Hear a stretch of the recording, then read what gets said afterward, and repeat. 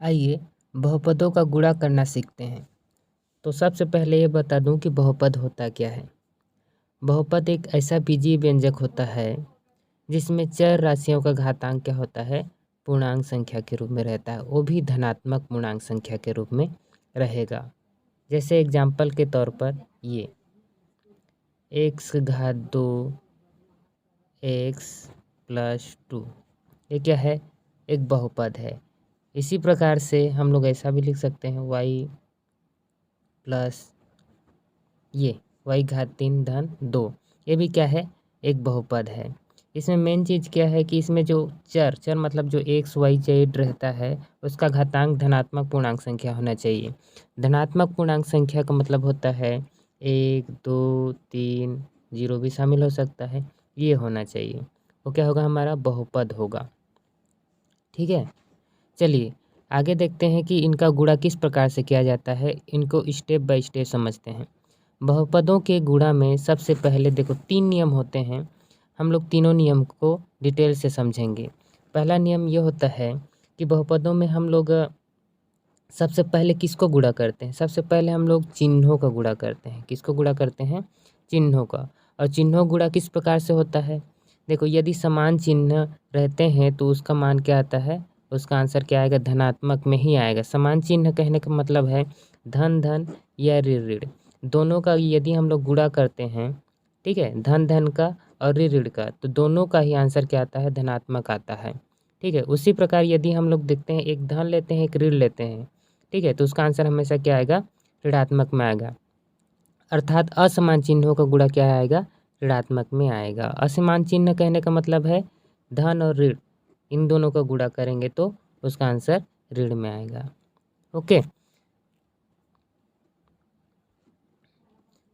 अब दूसरा नियम होता है अचर राशियों का गुणा। अचर राशियों का गुणा मतलब होता है संख्याओं का गुणा। ठीक है, संख्याओं का गुणा किया जाता है चिन्हों के बाद। ठीक है, तो उसको हम लोग जानते हैं किस प्रकार से गुणा किया जाता है। फिर भी यहाँ पर कुछ एग्जाम्पल दिए गए हैं, जैसे कि यहाँ पर सामान्य संख्या है 4 और 5 गुणा होगा कितना, 20 होगा। उसी प्रकार से यदि वर्गमूल में रहते हैं तो उनका गुणा इस प्रकार से किया जाता है। ठीक है, तो यहाँ पर देखिए ये वर्गमूल है, मतलब 2 ठो यहाँ पर जोड़ा बनेगा, 2 ठो जोड़ा बनता है, इसको बाहर निकाल लेते हैं। उसका ये जो कर्णी रहता है इसको बोलते हैं कर्णी, ये जो ऐसा है उसको बोलते हैं कर्णी, वो हट जाता है अगर जोड़ा बन जाता है तो। ठीक है, अब उसके पश्चात ये भी इसी प्रकार से गुणा होगा। ठीक है, इसको भी हम लोग इस प्रकार से गुणा कर सकते हैं। अब देखिए यहाँ पर क्या है, ये सामान्य संख्या है, ये कर्णी के रूप में है, तो ये दोनों अलग अलग संख्या है तो दोनों को आपस में गुणा नहीं करेंगे, दोनों अलग अलग ही लिखे जाएंगे। जैसे हम लोग एक्स वाई का गुणा करते हैं तो ये अलग अलग ही लिखे जाते हैं। ठीक है, ओके, ये दोनों क्या था, दोनों कर्णी के रूप में था। ठीक है, वर्गमूल में है तो दोनों को एक साथ गुणा करके अंदर में ही लिखा गया। लेकिन यहाँ पर क्या है, ये 4 और ये वर्गमूल यानी कि कर्णी के रूप में है तो दोनों अलग अलग लिखे जाएंगे, 4 अलग और वर्गमूल 3 अलग लिखे जाएंगे। उसी प्रकार से देखो ये हमारे क्या है, ये दोनों कर्णी के रूप में है लेकिन इनका घातांक अलग है। इसका घातांक कुछ नहीं है, मतलब इसका 2 होता है।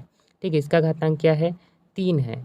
ठीक है, तो इन दोनों का घातांक अलग अलग है, फिर भी ये दोनों आपस में गुणा नहीं होंगे, दोनों को अलग अलग लिखा जाएगा। ठीक है, मतलब दोनों को गुणा होने के लिए क्या होना चाहिए, दोनों का घातांक सेम होना चाहिए अगर कर्णी के रूप में है तो। ठीक है, इसका घातांक यदि 3 है तो इसका घातांक 3 रहेगा, तब इसको हम लोग क्या कर सकते हैं, एक साथ गुणा कर सकते हैं। क्या कर सकते हैं, एक साथ गुणा कर सकते हैं इस प्रकार से। ठीक है, यदि उनका घातांक सेम नहीं रहेगा तो आपस में उसको हम लोग गुणा नहीं कर सकते, इस तरह से उसको अलग अलग ही लिखा जाएगा। ओके, तो चलिए आगे देखते हैं। तीसरा नियम होता है चर राशियों को गुणा। चर राशियों को गुणा किस प्रकार से किया जाता है, यहाँ पर देखिए, यहाँ पर उसके लिए एक फार्मूला दिया गया है, ये वाला फार्मूला। ठीक है, इस फार्मूला के आधार पर हम लोग क्या करेंगे, गुणा करेंगे। यदि हमारे पास जो आधार रहता है, आधार इस प्रकार से वो सेम है तो उनके घातांक को हम लोग क्या करते हैं, जोड़ देते हैं। क्या करेंगे, जोड़ देंगे। ठीक है, तो हमारे पास आंसर कितना प्राप्त हो जाएगा, इस प्रकार से प्राप्त हो जाएगा। ठीक, मतलब यदि हमारे पास जो आधार है सेम तो उसके घातांकों को हम लोग क्या कर देते हैं, जोड़ देते हैं गुणा करते समय। ठीक है, देखो यहाँ पर भी जोड़ा गया है। ठीक है, इसका घातांक 5 है और इसका घातांक 1 है, दोनों को जोड़ेंगे तो कितना हो जाएगा, 6 हो जाएगा। ठीक है। अब देखो यहाँ पर क्या है, दोनों अलग अलग हैं, x अलग है और y अलग है, तो इसके घातांक को हम लोग नहीं जोड़ेंगे। इसका घातांक 1 है, इसका घातांक 1 है, तो इसको हम लोग नहीं जोड़ेंगे, इसको अलग अलग ही ऐसा लिखा जाएगा, क्योंकि दोनों क्या है, अलग अलग चर हैं। ठीक है। यदि समान चर रहेगा तभी उनके घातांकों को क्या किया जाता है, जोड़ा जाता है। ठीक है। यदि अलग अलग चर हैं तो वो अलग अलग ही लिखे जाएंगे। ठीक है। ओके। जैसे हमारे पास ये एक्स स्क्वायर है, उसको गुणा करेंगे वाई स्क्वायर से, तो इसका आंसर क्या होगा, एक्स स्क्वायर और वाई स्क्वायर ही आएगा। दोनों के घातांक को नहीं जोड़ेंगे। यदि हमारे पास इस प्रकार से वाई स्क्वायर और वाई स्क्वायर, तो इन दोनों को जब गुणा करेंगे तो वाई के घात कितना हो जाएगा, 4 हो जाएगा। उनके घातांकों को जोड़ दिया जाता है। ओके। यहाँ पर एक तो एग्जाम्पल दिया गया है, इसको समझ लेते हैं। ठीक है। तो देखिए यहाँ पर क्या है, यहाँ पर 2 बहुपद दिए गए हैं।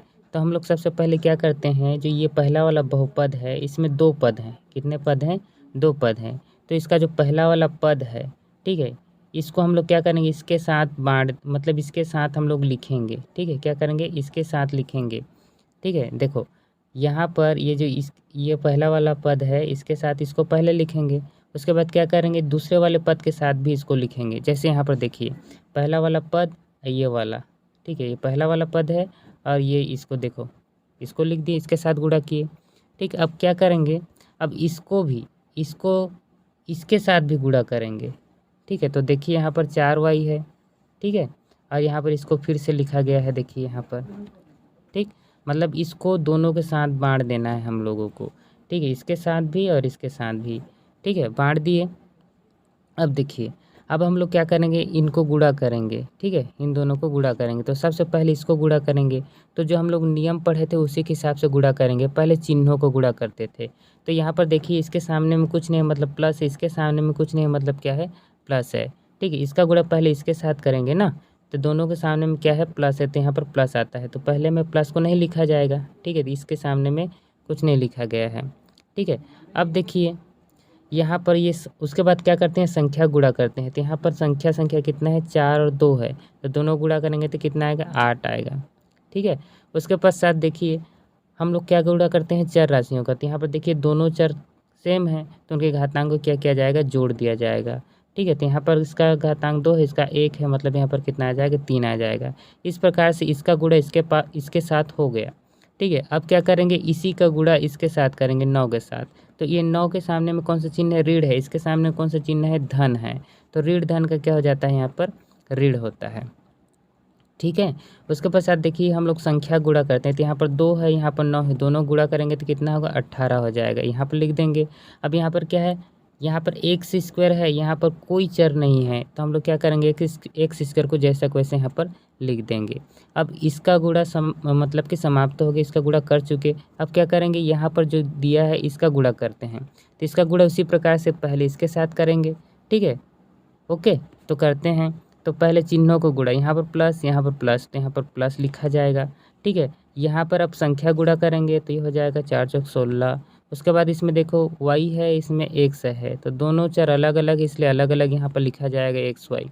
ठीक है। उसके पश्चात इसके साथ करेंगे तो यहाँ पर देखिए प्लस, ये माइनस है, तो यहाँ पर आ जाएगा माइनस।